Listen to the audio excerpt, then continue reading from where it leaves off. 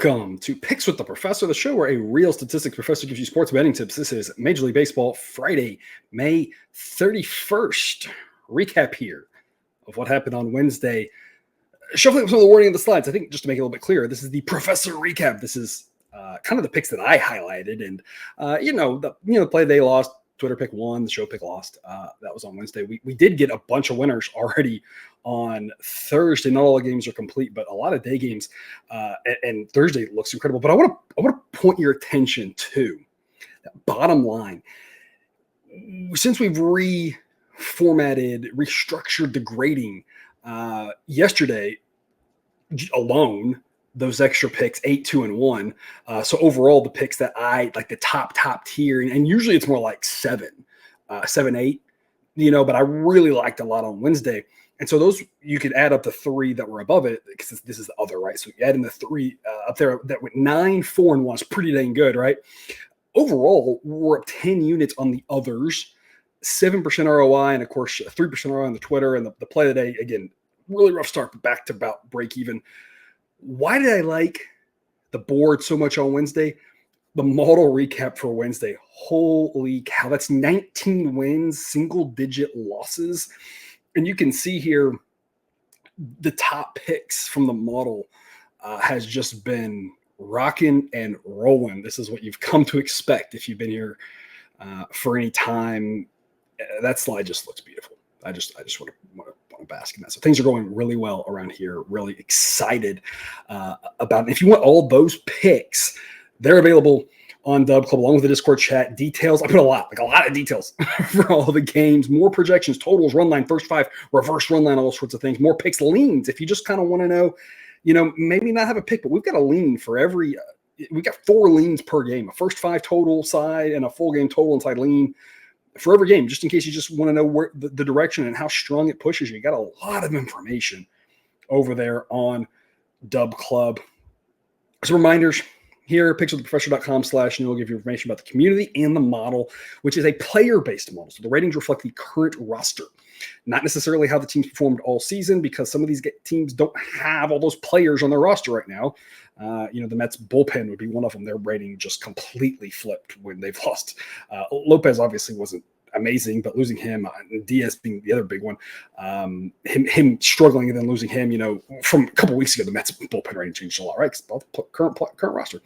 We're projecting the average game. One game is unknown. Who the heck knows? That's where we talk about probabilities. 55% winners should lose 9 out of 20 times, but we're going to win more in the 11 than we lose in the line if we know what price to bet. Anything is a good bet, as long as you get the right price or the right number. And that's what we're looking out for here. But as always, take what you like and leave the rest. What we would like is if you would like this show. It would help us out a lot. If you haven't subscribed yet, make sure you do that as well. Just a quick FYI. Going to do 3 games today. Going to give you 3 picks here that I love. These are all 3 A-grade picks, 3 top picks here that I absolutely love. Going back to the format that we did last year. Views were better last year, and so I know people want to have all the information about all the games. All that's over on Dub Club, and you get Discord chat access with that, so you can ask me any questions you want. Constantly on there, answering people's questions about what to bet, what I like, what they like, etc. Just having a conversation. So if you're looking for all the games, that's where it'll be. The other thing is hopefully it'll make the show a little bit shorter. I know some people like the long form show. Unfortunately, it's just not helping us get found in the YouTube algorithm. So I kind of looked through what the betting shows that were popular that the YouTube algorithm is popping up, and they're all a lot shorter. So if I do 3 games, I can still kind of go about as in depth on each game, because I do think it's more important to spend 3 or 4 minutes a game and talk about it rather than just give 1 minute of here's who's playing, here's the price, here's what I like, in one line about it. I'm not saying that doesn't have value, but I think we can add a little bit more value here. It might be a little more unique. So we'll spend the same sort of about 3 minutes a game, but rather than spending 3 to 4 minutes a game on every single game, we'll pick 3 that we like, give you 3 picks, 3 games, and dive into them. And so hopefully that helps us out on YouTube. We got to be found. This is a business. This is what I do when I wake up in the middle of the day and at the end of the day. And so that's what we always do. Appreciate your support, because you are helping me, buy groceries and whatnot. So I do appreciate that. While I spend a lot of time working these models, trying to constantly tweak things, update things, make things better. build new things, depending on what season of life we're in. And so just as an FYI, that's what we'll be looking at least for now. And we'll see if that doesn't help more people find us in the YouTube algorithms. We'll start off with the Cardinals and the Phillies here at 6:40 p.m. Eastern. I mentioned for a while I thought the Phillies were overpriced after that insane winning streak they went on. Joked about how they never lose again. All it took was them to actually start losing a few games, and all of a sudden the price starts becoming a whole lot more realistic on them, which is what we needed to happen. You probably know where I'm going with this in my Phillies gear here. I've talked a lot about Aaron Nola this season and past seasons. He's a guy on my fantasy team, our dynasty team. He's having a great season. 3.04 ERA, 3.79 FIP, 3.49 xFIP. So the underlying metrics say he's doing very well. He projects at 3.30 going forward. All that's rounding error to say a really good pitcher. According to Sideline, he is the 23rd best pitcher right now. It's really close, though. Really like 10 to 40 is all pretty close. So I would just, if you're a Phillies fan, that's an insult. I love Nola. He's great. There's a lot of pitchers jumbled up there that are all really good in that realm. Miles Michaelis for the Cardinals, not a fan of 5.64 ERA. No, he's not as bad as that. FIP and xFIP in the low fours. He projects more in the low fours, but that's for a starting pitcher. That's slightly below average. Most of the time, FIP and xFIP are scaled to ERA. The league average ERA has been in the low fours for a while now. A couple of years ago, I think it was actually in the upper threes. I think so far this year it's in the upper threes. I think that's partially colder weather. I think once we get into June, July, August, September, right when the weather warms up, that'll go up. But for right now, those pitchers that are in that 4 range, true talent level, FIP, xFIP, whatever it may be, they tend to be back in the rotation guys. And that's kind of what Michaelis is projected as here. So, there's a big difference between these two pitchers. Again, Michaelis not as bad as that ERA, but still, Aaron Nola is the much better pitcher. Bullpen-wise, the model likes both these bullpens. Offensively, this is where over the last month or so, if you've seen, it's just a slow and steady change from the Cardinals. The first month of the season, the model's like, hey, we're not going to overreact to anything. It still had them as like the 10th best offense, and it's just been down and down and down and down to where you see now they haven't quite fallen off yet. To number 25 sounds worse than it is, but the big gap is right behind them. But man, it's just quite a fall from grace there for the Cardinals. Offensively, they're still, they've been winning a little bit more. They're up to 500 now, but offensively, they still have been a disappointment, bottom half of the league in any reasonable category, and playing in a slightly hitter-friendly ballpark these days. The Phillies offense, we've been talking about it for the most part, just kind of slowly and steadily looking better and better and better as the season got along. We thought they'd have a good offense coming into the season, and so far what they've done this season continues to be a little bit heavier weight in the model. And so the model really likes the Phillies offense relative to the Cardinals, likes Nola relative to Michaelis. We've got the Phillies winning 68% of the time. The market says 63%. It's a pretty good edge here. The threshold that we're looking for on this is minus 191. The Phillies are minus 180 right now. We're going to lock that in here as a pick. Phillies minus 180. This is a game of note where you might be looking at a run line type thing. The way my system is set up is to just do money lines the night before. And the reason why is a lot of times I record the afternoon before, just based off a life schedule, try to get that done. I get all those picks sent out to Dub Club. So if the numbers change by the time you watch it, you got it on Dub Club actually before I even recorded. Okay, so another benefit to being over there. So I don't know where this number's going to go. My hunch is going to get bigger. If you're still playing it, really if it starts with a 1, I think you're fine. The model threshold minus 191, but again, the model says it should be minus 211. So you're still getting some value, just a little bit less value if you're playing like minus 195 or something like that. I personally, for the home team, I don't like the run line. I'd play the minus 1. And as a reminder, I think a lot of times, even the books that offer the minus 1, it's actually better to make the minus 1 yourself, which is to bet a certain amount on the money line. And then whatever that number is that you win, risk that on the run line. That creates the minus 1 market. That's the way I would do this if I was a little bit concerned about those odds. Everything that we do here graded-wise is graded off of units and ROI. The win-loss record doesn't mean a whole lot. What really matters is, are we making money? And so we're having to risk a little bit more on this. And so if we lose, it'll hurt us a whole lot more, obviously. So, that's the downside. It's more likely to hit. I have it coded in where this is all I could tell you. But again, if you're a person, personal preference, don't like the minus 180, The -1 is how I would attack this. And you're probably looking at something like a -130 or something would be the implied odds for something like that. So still minus odds, but a little bit better value. Cousin Jared's talked about this a little bit too. His personal threshold really is the 200s. And so anything in the ones is kind of where he is. But everybody's got a little bit of a different threshold. So Phillies -180, though, we think is great value. Again, Phillies offense definitely better. Aaron Nola definitely better than Miles Mikolas. And at home, Phillies here starting us off. Diamondbacks and the Mets. 7:10 p.m. Eastern. I don't know what's going on with the Mets at this point. The Jorge Lopez thing is something. He clarified his statements, and I'm not sure it got better. And they cut him, and he clarified them some more. I'm not sure it got better. The team is, struggled the first week or so, maybe two, and then battled back above 500, was playing pretty well. And then all of a sudden here now, as of late, the last, really, I guess most of the month of May, they've been just terrible. The Diamondbacks, on the other hand, I feel like they're kind of under the radar at this point. You're not talking about them in the AL West. If anything, obviously, you're talking about the Dodgers, and of course, how good they are. You're talking about the Giants. They've been a little bit up and down, like they're kind of frisky up there. The Padres, of course, the Diamondbacks are kind of where they were last year, which is just very meh.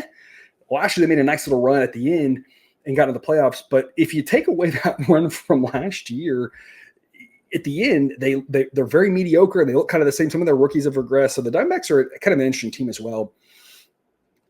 All that said, the Diamondbacks offense is better than the Mets offense. The Mets maybe aren't scoring much at home. I don't know if there's home pressure, New York pressure. You see this sometimes in New York in basketball. You see it like in Toronto a little bit. You see it with hockey, right? Some of these places where there's some of that pressure maybe. I'm not really sure what it is. Obviously, it's a more pitcher-friendly ballpark, but even adjusting for the park that they've struggled at home, I don't know if that's just noise or if there is something going on. Generally, I would say these are professional athletes, but with what we saw with Jorge Lopez, I don't know what's going on with these guys' heads. So maybe there's that.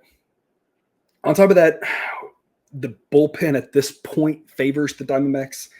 Again, when Diaz is back, this Mets bullpen fully healthy is a little bit different story, but the model is fairly sensitive to that top guy going out. And obviously, again, for the Mets, it was down a little bit before it was out because Diaz was struggling here that last week or so before going on the IL. But you see with the Dodgers, the model isn't really like the Dodgers bullpen once you take Evan Phillips out. And it's the same sort of thing. And it kind of shows the fragility of a lot of these bullpens. Very few bullpens that truly could lose a guy, and they have so much depth it doesn't matter. Most of them, I think the Braves might be the only one I would say that with. The Guardians, as good as their bullpen is, obviously Clase is so dang good. But getting him back obviously is a big deal. That's where the Diamondbacks have an edge. And a starting pitcher, I think they have an edge too. It's not been a good year for Jordan Montgomery. It's only been 40 innings. He had a weird ramp up with missing spring training, of course, signing so late. So I'm willing to give him a little bit of a pass for that. His underlying metrics are better than that ERA. They're kind of more in the low fours. He still projects in the upper threes because he's been historically a really good pitcher. So we don't want to forget about that. I think he can get back there. I don't see any reason why he wouldn't. I think at this point, it's just the ramp up. It's been a little bit slow. I'm not saying he's going to be great now, like he's figured out or anything. I think better times are ahead. Maybe that happens here on Friday night. If nothing else, against the Mets offense that's kind of going the wrong direction and is struggling at home in a pitcher-friendly ballpark, sets himself up for success. Luis Severino, on the other hand, I've been high on him in that I think he's rebounded. I think this is an interesting guy where the market's been a little bit all over the place. I think everyone was really down on him at the start of the season. And I was like, hey, I think he's got a chance to be decent. So far in his 10 starts, he's really overperformed. That ERA at 3.22. FIP's a little bit higher. XFIP's in the low fours. He does project still in the very upper threes, right around 4. But I think that he's probably now a little bit gone to overvalued. His ERA should be lower than his underlying metrics, given the park he pitches in. Becoming one of the more pitcher-friendly ballparks, might be the most pitcher-friendly ballpark in the National League. It really would be between that and, I guess just off the top of my head, probably Petco, especially Petco at night in May and June. And so I think the market is looking at this as Severino's a better pitcher. They're down on Montgomery, but I think that might be flipped. this is a game where we are right on the edge of that threshold. You see the threshold is -103. That's what the Diamondbacks are priced at, -103. That's the pick. Arizona on this one. We got them winning 54% of the time. The market's got it pretty dang close to 50-50. But folks, this is one you definitely want to make sure you're shopping around, because if you're eyeing the book, you can get even money somewhere versus -105 versus -110. You think that's just 5 cents, but that's over a 1% from even money to -105 to -110 that you have to break even on. And what that means is that's one extra win you can afford to not have, or you need to have, for every 100 games. And that's honestly going to be the biggest difference for a lot of people. What I'm trying to help you do here is go from a losing better to a break-even better, from a break-even better to a profitable better, from a profitable better to even a more profitable better. How do you do that? You don't change everything overnight and become a miracle worker. What you do is you win an extra game or two every 100. So that's one way to do it. Another way to do it is find a good price. And that way you don't have to win that extra game. Make sure you have 3 or 4 books in your arsenal. If you don't have an account there yet, BetUS is a great place to sign up for. That link's in the show description. They are still offering a 125% bonus on your first ever 3 deposits. BetUS, America's favorite sportsbook and casino. Live betting and racebook. We're celebrating 30 years with a historic offer. A 125% sign-up bonus on your first 3 deposits. Plus 10% gambler's insurance. Get started today. BetUS, where the game begins. And last but not least, we'll finish up with the Padres and the Royals. A chilly night in Kansas City will make a very hitter-friendly ballpark play a little bit more neutral. I think that's of note. Whereas I think the weather situation that we have in New York, a chilly night, it's already a pitcher-friendly ballpark. I think that'll kind of be, fairly normal. And in Philadelphia, same thing. I don't think there's anything really great to talk about. I think it'll play kind of like it normally does, pretty close, within a percentage or two. But we've got a very hitter-friendly ballpark in Kansas City, but a chilly night, wind blowing in, is going to play actually pretty about average, not average for Kansas City, average across the league. So it's of note. Dylan Cease and Michael Wacha. Cease, 3.29 ERA, FIP and XFIP, upper 2s, lower 3s, projects in the low 3s. I mean, kind of like Aaron Nola at this point. Having a great season. Underlying metrics look great. He's been great. He's not quite to that upper tier, but a very, very good pitcher that you are 100% comfortable in backing. Michael Wacha, 4.31 ERA. And folks, I think he's just, if you ask me to define the average pitcher in baseball, I would pick Michael Wacha. Now, that doesn't mean he's going to grade out exactly at average, but he's been pretty run-of-the-mill for the most part here with these underlying metrics. Very consistent. Now, his ERA shot up or down a little bit, but the underlying metrics have been very consistent for him the last few years here. XFIP in the low 4s, projects in the upper 3s. I think we know what we're getting with both of these pitchers. Dylan Cease is the better pitcher. Padres relievers grade out a little bit better right now than the Royals. Offensively, we've talked about this. The model just doesn't like the Royals offense. When you look at the park neutral statistics for most things, the Royals are still in the bottom half of baseball. They're probably a little bit better than that. I think the same thing goes for the Royals instead about the Cardinals. The drop-off comes right after this, and that's where it really gets bad. So I would say my take on this, the model isn't telling us that the Cardinals offense and the Royals offense is bad. It's just saying it's kind of a little below average, and it's still, though, ahead of that big drop before you get to the truly bad offenses. On the flip side of that, the model likes the Padres offense, and of course, adding Arias to that really helps out as well. So the Padres here, better starting pitcher, better bullpen, better offense. You can probably see where this one's going here. Padres -127, great value. The threshold for this that we're playing it is -145. If the Royals offense is a little bit better than the model realizes, then I think that's very possible. Again, I built the model, and I'm always tweaking the model, always trying to make it better. I would never say that the model is perfect. All models are wrong. Some models are useful. And as I tweak it and try to get it more accurate, it's just I'm trying to get towards something that's literally never possible, never going to attain perfection. I'm just trying to make it a little bit better. I think there's a chance the Royals offense is a little bit better. The model realizes. If that's the case, then the Padres, maybe they don't win this 62% of the time. Maybe it's 61%, maybe it's 60%. As Cousin Jared's always saying when he's on the show, that's the reason we like these top model picks, is because even if we're missing something and we're off 1%, 2%, 3%, there's still value. Because even if it's only 59%, the market at 55%, we've got 59. That's still a little bit of a decent value there. So again, even if the true price shouldn't be -160, maybe it should be more like -150. That means the threshold shouldn't be -145. Maybe it should be -135. -127 is still a great pick. on the Padres here, wrapping us up for our 3 free picks today. Make sure you join the honor roll if you have not yet on Dub Club. You get so much information, so many projections, that Discord chat, picks, lanes, play of the day, all sorts of goodies, all sorts of discussion on all of the other games each and every day. Otherwise, though, as always, thank you for watching. Best of luck. Remember, you can eat your betting money, but please don't bet your eating money.